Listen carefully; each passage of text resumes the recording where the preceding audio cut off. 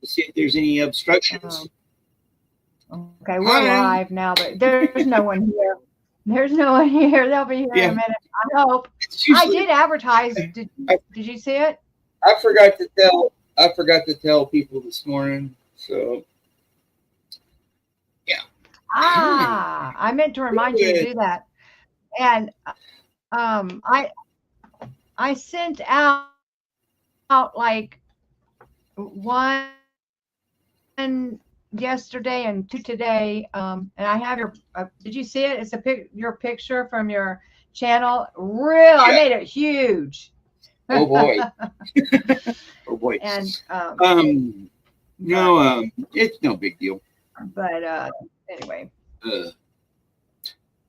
So there's one person here, but we'll give it a minute. Let me go check real quick on that box. Okay. Can you see the chat? Yeah, I see the chat. It's hey Kim, how's it going? Hi Kim. Yes. Rocking out for life with Kim. I'll be right back. Yeah. We're all friends here anyways. How y'all doing? And there she goes. Oh boy. Going good. That's good. It's going here. It's going. Everything. Okay. Oh. Okay. He says that he hasn't had any trouble with it. Oh well, we'll just wing it. Crap happens. Anyway. So. Yeah. See, I believe the last time we talked, it was before you finally got the bugs out of your computer. Oh, okay, cool, yeah. Before we, I'm supposed to do something with Kim. I'm live. I'm supposed to come do something with Kim. So the last time we talked was before a lot of things changed in my life. Okay, well. Yeah, let's go in the Wayback Machine and go back about 3 years. Okay. 3 years ago, I was not in the right place. I was not in the right place in my mind, in my head. Hey, pizza! David. I was not in the right place at all. I was semi-strung out. I call it semi-strung out. I would do stimulants every once in a while, and I wouldn't give myself time enough to come down off of them before I do them again. And, if you stay up for days at a time, you end up not thinking straight. So, yes, that's what I was doing. And that can mess with you. Oh, God, yeah. It wasn't like I was doing grams of the shit at a time, but I was doing enough. I do it. And so I was just not in the right place. And the vehicle I was driving at the time was taking about half of my income. So I was definitely, half of my basic income. I'm a disabled veteran. I live off disability. It's not like I'm 100%, but I am enough to where I have enough to, get by. But if something happens, I understand totally. If something happens, like I have to replace a hot water heater, I can't afford $400 to replace a freaking hot water heater. Yeah. Right. So that was my situation. I had a bad credit because of ex-wife mainly. The woman didn't know a credit card she didn't like to charge up. Bless her heart. Bless her heart. I'm joking with you. No, actually, bless her little heart. She's one of these people that's got a big hole in it. Right, I remember you saying something like that. Yeah. And tries to fill it with stuff.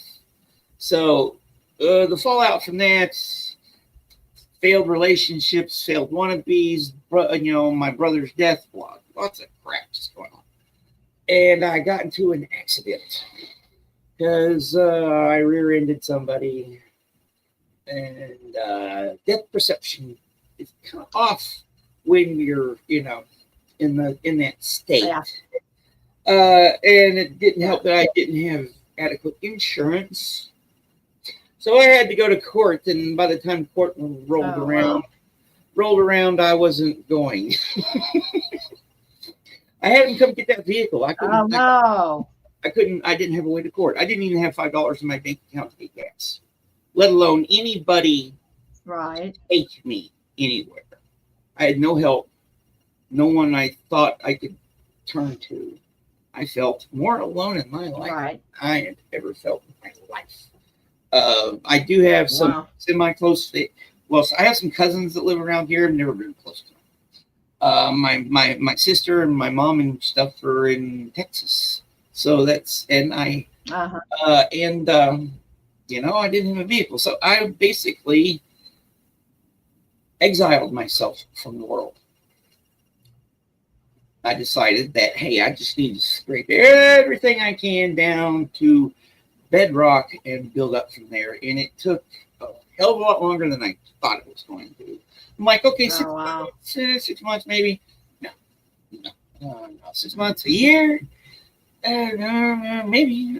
So 6 months rolls around. I'm in my exile, and that's when I discover, within the first 6 months, I discover Andrew Gold and freaking Chris Shelton, which led me to Aaron Smith Levin. And then that phase, I guess, SPTD phase 0. That's right there. So I was home trying to figure things out. Luckily I had Dollar General right just down the street. Yeah. You know, so I could walk to the store, a local store, Dollar General, and one of my friends, he took me to grocery shopping once a month. So yeah, it was doing a lot of thinking, started doing writing, started getting back into writing. I started my channel because it's like, okay, I need to get things going. I need to get my stuff down, because the only thing I'm going to leave behind is that. Right. You know, I don't have kids. And you met all of us about that time, didn't you? Yeah, I started getting this found family. You know, but I didn't know that at the time, because it's like I started off just watching. You know, you go from lurker. In my case, I was still a creator, right? But most of the time, it's lurker, chatter, creator. That's usually how it goes, you know. I started with Marilyn, with you, with Chow, with this, that, with all of them. You know, we interacting with each other, and then you connect with certain people. You connect, and you develop these. I don't like to say parasocial relationships. I call them quasi social, because quasi means slightly other than. Para means, para means outside of, right? You know, para means outside of. Paranormal, it's parasocial, is outside of.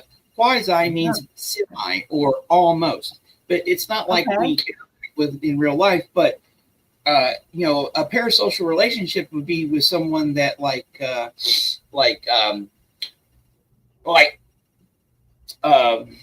the good thing is the Beatles. You know, people thought they knew the Beatles, but they didn't know the Beatles. You know, I know you better than I would know Paul McCartney if I was a Beatles fan. So, because we've interacted and stuff. It all depends upon your level of interaction. All right, and I'm a child of trauma. We all have our demons in our closet and everything. So, to get the ball rolling there, I started writing about it and stuff like that, and then but I had this thing over my head. A warrant for failure to appear. Yes. So the court thing. Oh yes. So it's like the court thing over your head. You mean? Yeah. Yeah. I had the court thing over my head. So a buddy of mine actually gave me a card and I was still reluctant because I didn't know exactly the process to go about. You know, I'm like, okay, I rear-ended someone. It's going to cost me a lot of money. How much is it going to cost me? You know, will I, you know, have to spend some time in jail? Blah blah. Yeah, just all those things. You know, and I'm 53. I was 51. You know, and 50 years and never been in trouble. So, you know, at least it for wasn't that, criminal court. No, it was traffic court. Was it? Yeah, but you know, but I had a but still, if you don't know how it works, it can be scary, especially if you miss it. But well, let's fast forward to March 13th of last year. You know what, March 13th? L. Ron Hubbard's birthday. Yes, well, that day. My Chihuahua's birthday. Well, that was the day I got pulled over by a state trooper and arrested. Oh, okay. Yeah, I got arrested. That was this year? No, this year or last year? Last year, March 13th of last year, March 13th of 2024. Okay. No. I wouldn't be able to have done what I've done if I hadn't got that taken care of, right? Okay, because I was putting it off because, you know, reluctance to a physical thing about, you know, it's actually the anxiety about it. It's actually physically hurts. You know, it can hurt. Yes, pizza. It's all about the timing, and the universe was going, boy, you need to get off your ass. You know, isn't it funny though? Worrying about it is usually so much worse. Oh God, than the real, you know. I ended up, you know, in handcuffs in a state trooper's friggin' car, in a state trooper's SUV. Luckily, they didn't. You know, that was just one of those. They just processed me, served me. You know, I had to wait for Conway to come down and serve the warrant and everything. But you know, the whole evolution took about 6 hours. Yeah. I was pulled over about no Gray Bar Motel. No. Yeah, so I was pulled over about 10 o'clock in the morning, and I walked out of the Faulkner County lockup at 4 p.m. You know. So you just had the day there. Yeah, it was just a day there. It's you know, more than enough time there to know. Not for me. Yep. No. So I had my court dates and everything, but the more important thing is, do I get my driver's license back? I didn't know what to do. You know, I really didn't know what to do. Yeah. So I thought I had to wait till my court dates were over for them to release a hold on my driver's license. You know. So in the meantime, did they suspend your license when you didn't show up at court? Yeah. That's one of the ways they get you. Okay. One of the ways they get you is they suspend your license when you don't show up to court. Okay. So I did my court thing and everything. Well, while I was waiting on that, I was like, my driver's license is suspended. I can't go anywhere. And in the meantime, I let the car sit, and I live out in the middle of nowhere, and there was some food in the car. Oh, no. It attracted some rodents. Oh, wow. Yeah. So was it an impound, or did you have it? No. I was lucky that a buddy of mine was able to. I was actually heading the day when I got pulled over. I was actually heading to my friend's house to pick up some weed he got for me, right? And I was able to call him and have him come get the car. Luckily, he's a retired sheriff's deputy, right? Wow. So he knows we don't talk now for other reasons, but at the time he helped me out. He came and got the car and everything, and he helped and stuff. So the rodents could eat it. Oh God, yeah, they claimed it. They contaminated it, and wow. they ate some wiring, and so I ended up giving it to a friend of mine. He got it fixed for his girlfriend and stuff, and it still doesn't have a license plate on it. But what do I do? Because I couldn't afford to fix it because it had other things wrong than what the rodents did to it.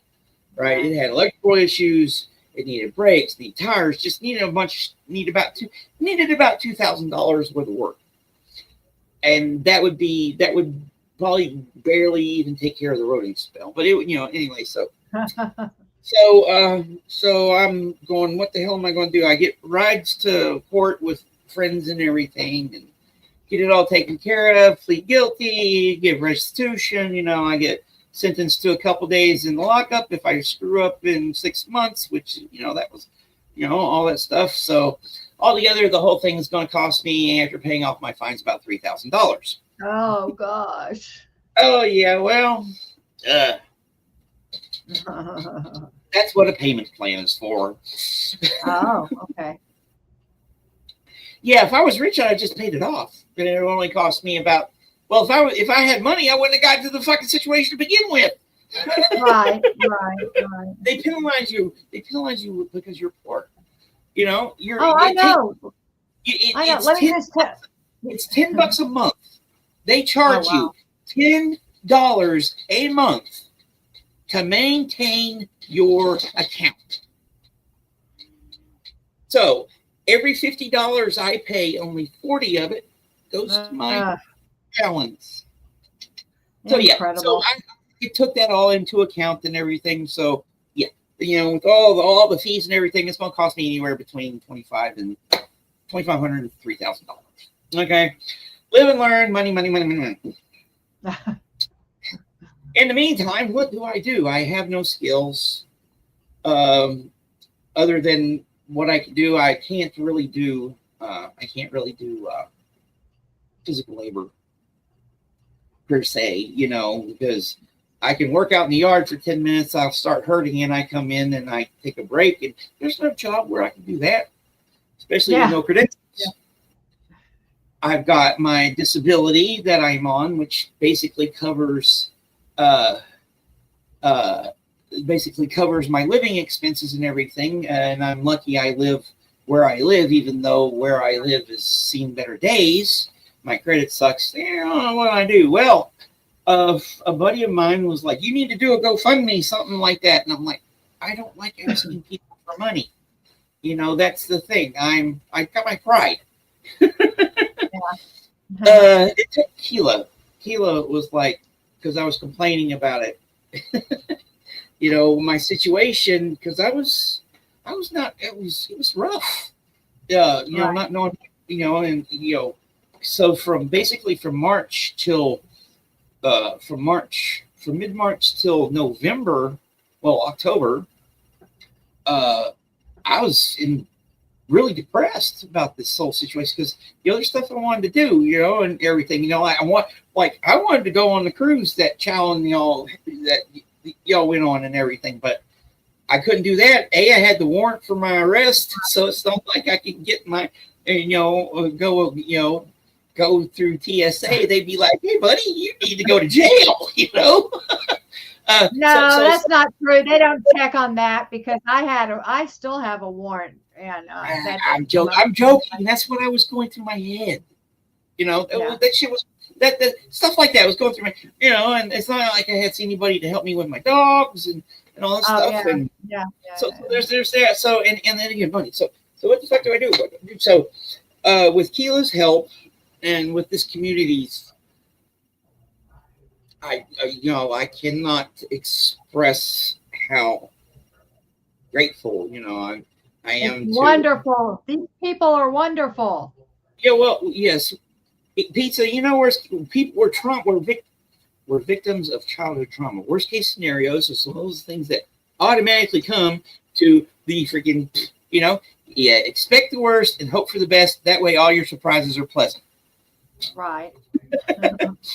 Yeah, that's a defense mechanism. But yes, this community is just, and I asked and was given just the amount of money I needed. Cool. And my sister helped me out a little. I had a friend of mine help me out a little. But with that and with what the community gave me, I was able to get my scooter. Yay! And looked up since then, because we can backtrack again. Let's go back again. Okay. Back to the 3-year mark I'd been really wanting to go back. I've been wanting to, I could actually go back 30 years. 30 years ago, I dropped out of school. Originally, after I got out of high school, I went to college for longer than I should have. Yeah. So I dropped out, and then I dropped out, did life, and I always wanted to go back and finish what I started. I got my GI Bill and stuff, and that was one of the things I went into the military for, because right. no good credit. I owed on student loans, and stuff like that, and being poor. I screwed off being poor. I screwed off a golden opportunity because of my socioeconomic level. When I got out of high school, if I would have done it a certain way, my education would have been paid for. Right. If I would have done the work study and the Pell Grants I had, because we were low income and everything, my mom was going to school and all that stuff. So I qualified for a lot of that. I was stupid and didn't want to. I thought I could just instead of doing work study, I thought I could make it just on student loans and stuff. And I'm like, you got to pay that back. So I screwed that off. Failure after this, failure after that, and then that's when I decided to join the Navy to figure things out, figure myself out, and the GI Bill. That's a huge pot of money. Huge pot of money. I estimate with everything I got left, I'm getting a little ahead of myself, but with everything I got left, it should pay for my master's. And oh wow, I'm looking at probably $150,000 to $200,000 all down. Wow. Depending on because I've got 2.5 years of I've got a little over 5 years worth. If I spread it out right, how I got it planned, it'll be about 5 years of schooling I can pay for, and very cool. And the only thing the next 2.5 years is my bachelor's, and then the master's program I want to go in is 2.5 years after that. And depending on it could be because the GI Bill basically they pay for your tuition, they pay for your books, and they give you money to live on. Yeah. So back. So let me go back. So with the car, you get stuff done. I started helping my buddies out, like I've been wanting, need to, and everything, and getting my life back. Getting back, doing more with my counselors, my therapist, and then just staying busy, Yeah. Because that can help you. And then one of the things that I did was I had to do a few things to get back in school. Like I had to I think one of the most difficult things getting back in school was getting my MMR vaccine. Oh, wow. Yeah. Yeah. Well, I had to get it through. Well, it's because I had all that stuff back. Because I remember back when I originally was in school, them needing my shot records, and I was able to get my shot records from my high school and give them to them. And I'm thinking, I have to give them transcripts and all that other stuff. I had to get transcripts from the various and sundry places that I attempted to go to school, a lot of online places, because I hate online classes. Oh my Lord. I'd actually rather go to a classroom. Me too. But I tried online classes and online places and stuff like that. I do good, okay, but most of the time, and it didn't help that, especially after I got out of the Navy, I was, got booted out of the Navy. I was really depressed. So that, depressed and self-medicating doesn't help. So I had to get all that paperwork together. I had to get it all done. But the most difficult thing that took me the biggest rigmarole I had was getting my MMR vaccine. What is that? I don't know anything about that. What's that? Measles, mumps, okay. And rubella. Okay. They still make you do that? Yeah. I don't want to get fucking measles. You don't want to get vaccines. No, I'm fully trust the sciences and stuff. Okay. Anyways, I ended up. It took me a couple of weeks to get it, but I ended up getting it and everything and getting the paperwork because I got all kinds of. You ought to see the list of vaccines I got when I went into the Navy. There's pages and pages and pages of them. Oh, yeah, I can imagine. Yes, I can imagine. So because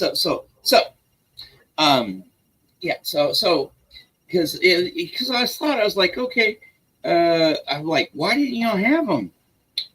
They purge, because I was like, why didn't y'all have them?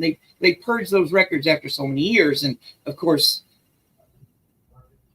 I'd been in school 30 years before for several years, and I think, well, you'd think me being a readmit, no, you got to have paperwork, blah, blah, blah, and all work, Joe. That's what the government runs on. That's what bureaucracy runs on, paperwork. So I went down to, it's funny, I went down to the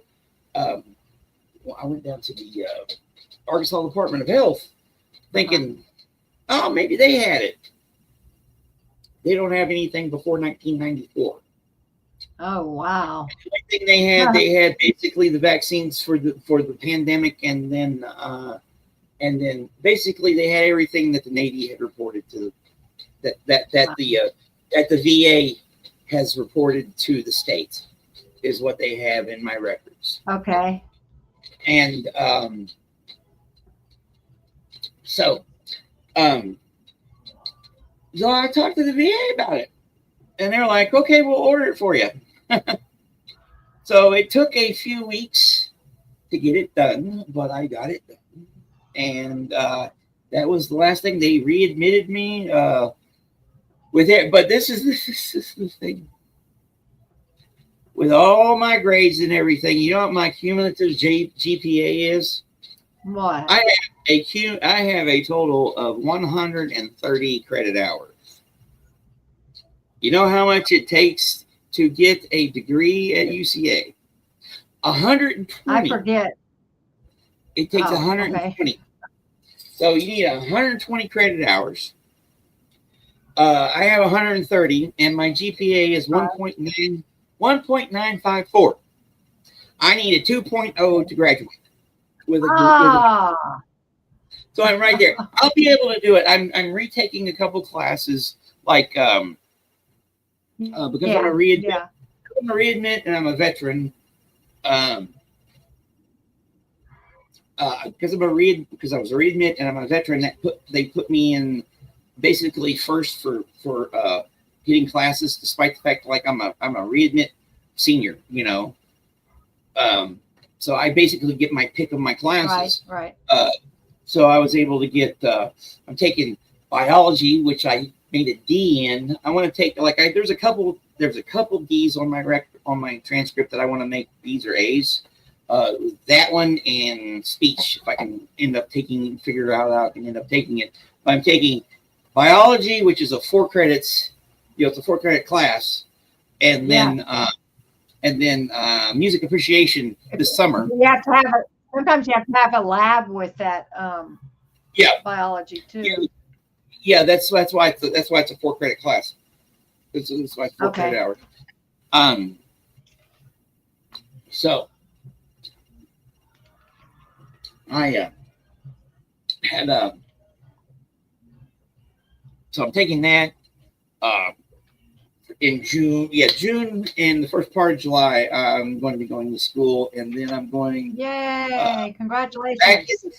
Back in the fall for taking 12 hours, 4 classes, and all I have to do is the fortunate thing, the very fortunate thing for me is all I have to do is degree work. All that basic crap is already done, and my degree is history. Is history and creative writing. Okay. What are you laughing at? This book fell and it freaked flipped my dog out. It freaked Phil out. Aw. So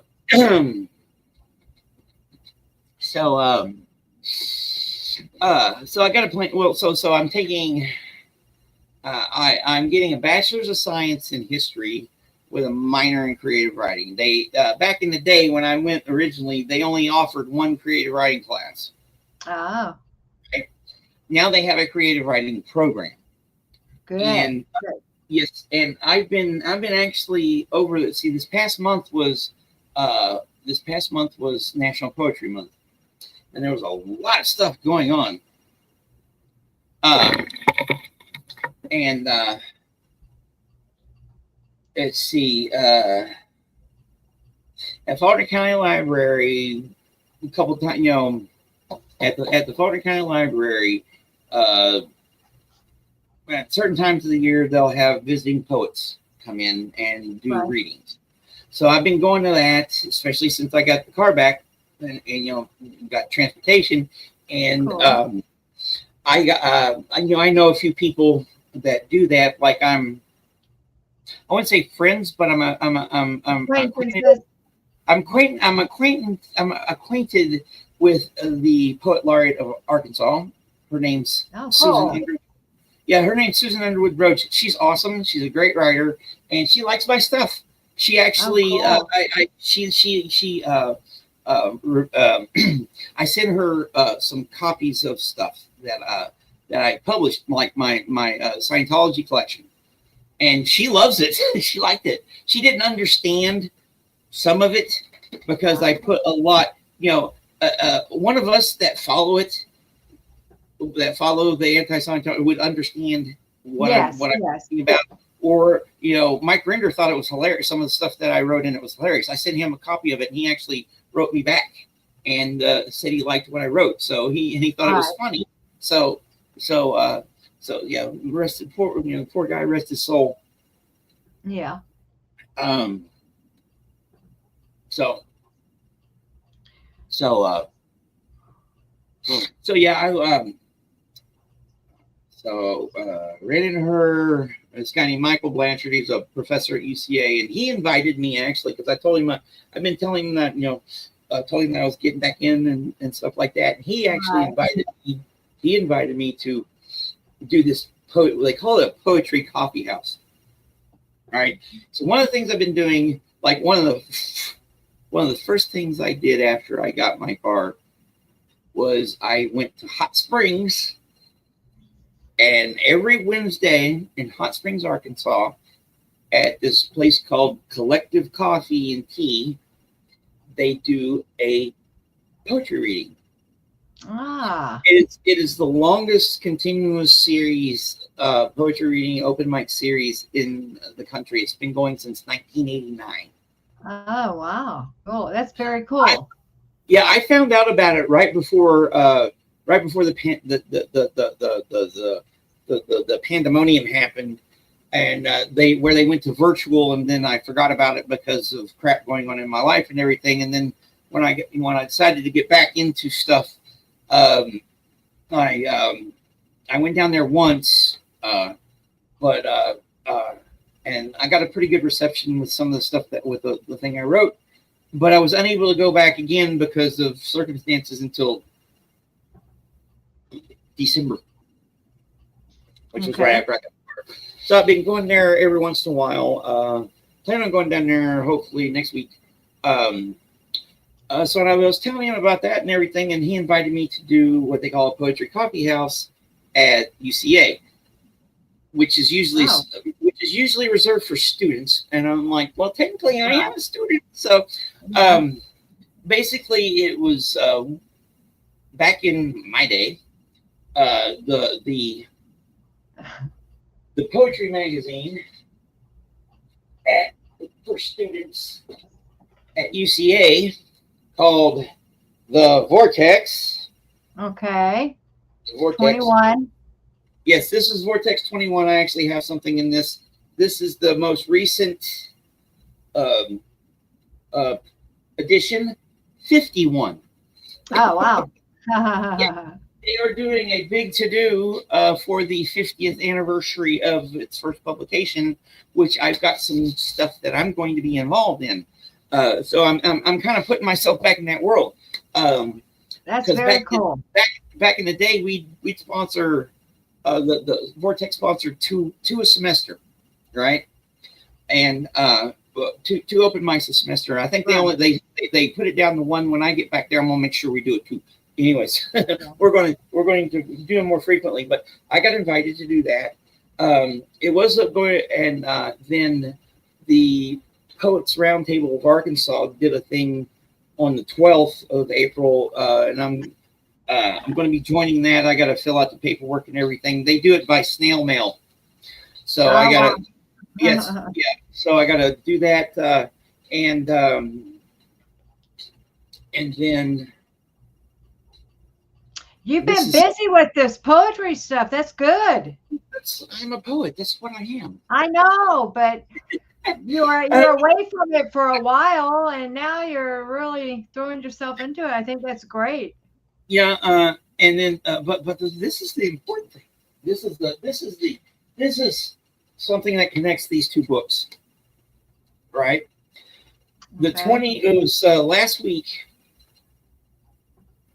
Yeah, last Thursday, this past Thursday, they had the launch party for Vortex 51 at UCA, and so I went to it, right? Yeah. Well, they were, people were, there's a bunch of kids, people there. I'm like, oh, I was never that young. yeah, there's, a lot of young people, and I'm like, I was young and stuff like that, It's because, because I'm going back into this world where, I've been out of it for a while, like you said. I understand. And it's like, okay, there's the competition aspect of it, and I'm like, okay, these kids are talented, very, very talented. It's a lot because they have an actual creative writing program there that attracts talent, right? And you guys deal with it, okay? I'll deal with you guys later. It's my dogs. So it's like, okay. So it was like I'm like, okay, I might be as talented as some of these, might be more. I don't know, but I got one thing on them. I got 30 years of experience. So I asked them. I was like, okay, because they started, reading and everything, and I'm like, that counts for a lot. Yeah, that does count a lot. And the kids, the people that got, stuff published in it were doing their readings and all that stuff. And I kind of interacted a few times with the chief editor, the editor in chief named Cass. Mm-hmm. And I asked Cass if I was like, hey, can I read? Because they were going to do a open mic. They had like people had signed up for it, and the people who had been published in it had signed up to read some stuff, and because this is a lot different than how we used to do it, how we did it back in the day, and how they did it is totally different, right? And so I asked if I could read a couple things, because I had a couple things published in there 30 years ago, and they were like, sure. So, which gets back to this one, right? Okay. Back in the day, they did the launch parties at this place in Little Rock called Vino's. It's a pizza joint that it's a party. Basically, you get there, you go and you get drunk and you read poetry and have a good time. I didn't get to do it with this one, right? I'd gotten some stuff published in the previous edition, and I'd participated in that one, and it was fun. And I was looking forward to participating in this one when it was going on. I was on the staff and all this other stuff, and some crap happened with my mom and other stuff, and I didn't get a chance to. Right? Oh wow. So it was like 30 years later, I actually got to read this poem. Yay. Out of this launch party. And are you going to read it? Are you going to read it for us? Yeah. Actually, I can this one I can recite from memory. Oh wow, cool. This one's a special one. Here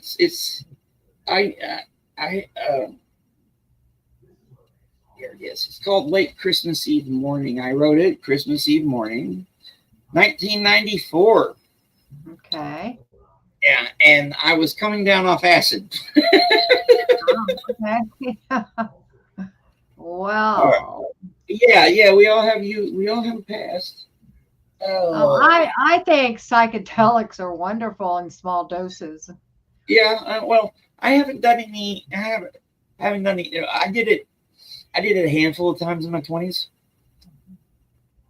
and I've done some mushrooms semi recently, but nothing, but I got to read it, so I'm gonna read it here. It goes, it's called Late Christmas Eve Morning. It goes, at this moment, here, shattered into a million pieces, I am here. No pardon, no man's reason, I am here. I feared a lot of things, thoughts stripped in and out through my ears. They call to me, I am here. Here's where I am, and here's where I'll be, and till you get here to see me, I am waiting patiently like a serpent, but with no insidious intent. It all looms in cherry red balloons that are sugar-coated with XTC so that we can see what's inside of you and me. With no reason for the rhyme that's on our tongues, it all becomes one and shattered out on the western sky. The pieces become brittle and dry, and he steps up for one last try. There's the pitch. Hit. Score one for the home team. The ball flies out in the night sky, out in space, but flies away into space. There, in the face of God, a great conjunction takes place, and behold, the child born of a virgin takes his place among the ranks of men and shakes the world like a rattle. The pieces are all there. The rattle cracks and the pieces fall out. Devil may care. We are there. We are there to point them out, to say, we are here. Here is where we are, and here is where we will always be, picking up the pieces lying in infinity. That was good. And you have it memorized. Well, mostly, yeah. I like that. I like that. Yeah, I wrote that. It's basically it kind of encapsulates my spirituality. Okay. I grew up in and around the Church of Christ. Very conservative, very, it's one of those sedate style worships. It's not like the Pentecost where they go, oh, you know, and speak in tongues. You know, it's very subdued. No music. They do a cappella and all that stuff. Yes. Yes. And very Pauline, very apocalyptic. I was fed hellfire and brimstone, and that if I wasn't a good boy, I was going to go to hell when I was 5 years old. Yeah, okay? Of course. Part of that trauma. But there's that elements of that in there, you know, and you know, the part about the great conjunction. I remember, and I actually remember thinking about this part when writing it. That's just that clarity on that stuff. Wow. This was in Christmas. It was Christmas time of 1994, and about a month or so before that, or so during that time frame, the History Channel, when they actually did history, they did this thing about the Star of Bethlehem, right? And there was this theory that because the Magi were magicians, they were astrologers, they were sorcerers, alchemists, you know. They read in the heavens and everything, and around the time that traditionally, you know, not 00, but traditionally when Christ was supposed to, or when Jesus was supposed to have been born, at one point during that year, there was a conjunction of a couple planets and a star. So that would have been something to the Magi, right? Really? Come here, George. So I remember putting that in there. Is it my George? Oh, what a baby. What a good boy. What a good boy. Yeah. Our fur babies are wonderful. Yeah, they're so I'm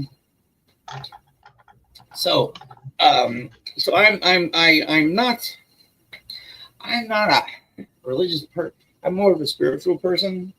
I tend to follow more Eastern philosophies, but with a heavy dose of the golden rule. Oh yeah, that's the best. If I took anything, that's why I'm nice. That is why I am a nice person. If people would live by that simple rule the best they can, it's universal. In practically every religious, unless it's some type of death cult or anything like that, or Scientology, right, you know, the do unto others. You know, it was even like, have you ever seen a movie called Enemy Mine? No, but I've heard of it. Okay, it's got Louis Gothas Jr. and Dennis Quaid in it. It's a very good movie. It's got a lot of it's a very allegorical movie. The only way science fiction can be. But at one point, when Louis Gothas Jr. and Dennis Quaid's characters they're trying to help each other survive, they're learning each other's languages, and the alien has this book that is basically a scripture. That's basically their version of the Bible, and that talks about the golden rule. You know, so it's something that sentient beings, you know, should have. You know, it's like, you know, why wouldn't you? You know, right. So you know, and it's part of my nature. I know it's part of my nature. David, you need to see it. It's kind of cheesy because it's mid 80s now, looking back, you know, but it's a good movie. It's an allegory about a lot of things. You'll see a lot of things in that movie. So he's talking about the movie. Okay. Yeah. I was thinking something else. I'm so dumb. No. Okay, never mind. So I took that away from that. I'll look for it now. Yeah. so I took that away, and then I started. When you get out in the world and you meet different people from different walks of life, Yeah. And stuff like that, and so it's that's what that poem, a lot of it encapsulates. It encapsulates. I've been all about balance, and it's this mosaic that life, picking up the pieces, like the Indigo, she like the last line, they said like the last line about infinity. I don't know why, but that's what we are. Like my philosophy is from we are energy. Yes. We are basically solid vibrations. I believe that too. Yeah. And our soul, if you want to call it that, our personality, our soul, our spirit, is housed in the electrical activity in our nervous system. Right? And when we shuck off this mortal coil, that energy dissipates back into the universe. From energy we came right, to and energy. we're all part of it. We're all connected. Yeah. And that's the thing. That's what that whole poem is about. It's all about connection. It's all about being connected. So yeah, that's very. So that was basically the start of my spirituality. I'm a very spiritual person. We might have to wrap this up. I have dogs being okay. Antsy. But yeah, so y'all can wait 5 more minutes. 5 minutes. 5 minutes, puppies. 5 minutes. No, but so yeah, so this last year has been. I was actually wanting to talk about Reese. Oh. Have you seen my latest video? Yeah, I saw a little bit of that. There's a lot of that going on because I have this whole thing about do you know who Oedipus Rex is? No. Oedipus the King. Have you ever heard of Oedipus the King? I can't Oedipus say. The King. Oedipus the King. He's the Greek. This is Greek. He wanted to know. And because he wanted to know, he paid the price. So that's like, but that's just getting into something that that's a rabbit hole we'll go down later. But yeah, can we or sometime later? What? Can we do a part 2 sometime later? Yeah, sure. You need to get off, don't you? Yes, my puppies are like being antsy, and I don't want them to be. Yeah. Thanks so much. And yeah, we will definitely maybe next couple of weeks we'll do something again. Okay. Yeah. All right. Okay. Thank you very much. Brian. Thanks so much. Love you. Talk to you later. Bye. Bye. Okay, guys. Well, I'm gonna pop off too, I guess. I don't think I have that much really left to say. I got an email today, and tomorrow night I'm going to go on Susie's channel, and I forget what we're going to discuss. It's something with I forget, something about like mental health and cults, but I forget exactly what. I'm going to look, and I'm going to do a little deep dive into it tonight. So yeah, tomorrow night, I don't even know what time yet, but yeah, so pop on over to her channel tomorrow night. And gosh, I appreciate you guys so much. As always, I love this community, and I'll see y'all real soon. Y'all have a great night. Thank you. Bye.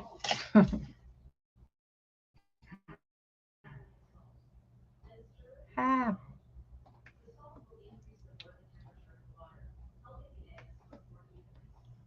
All right.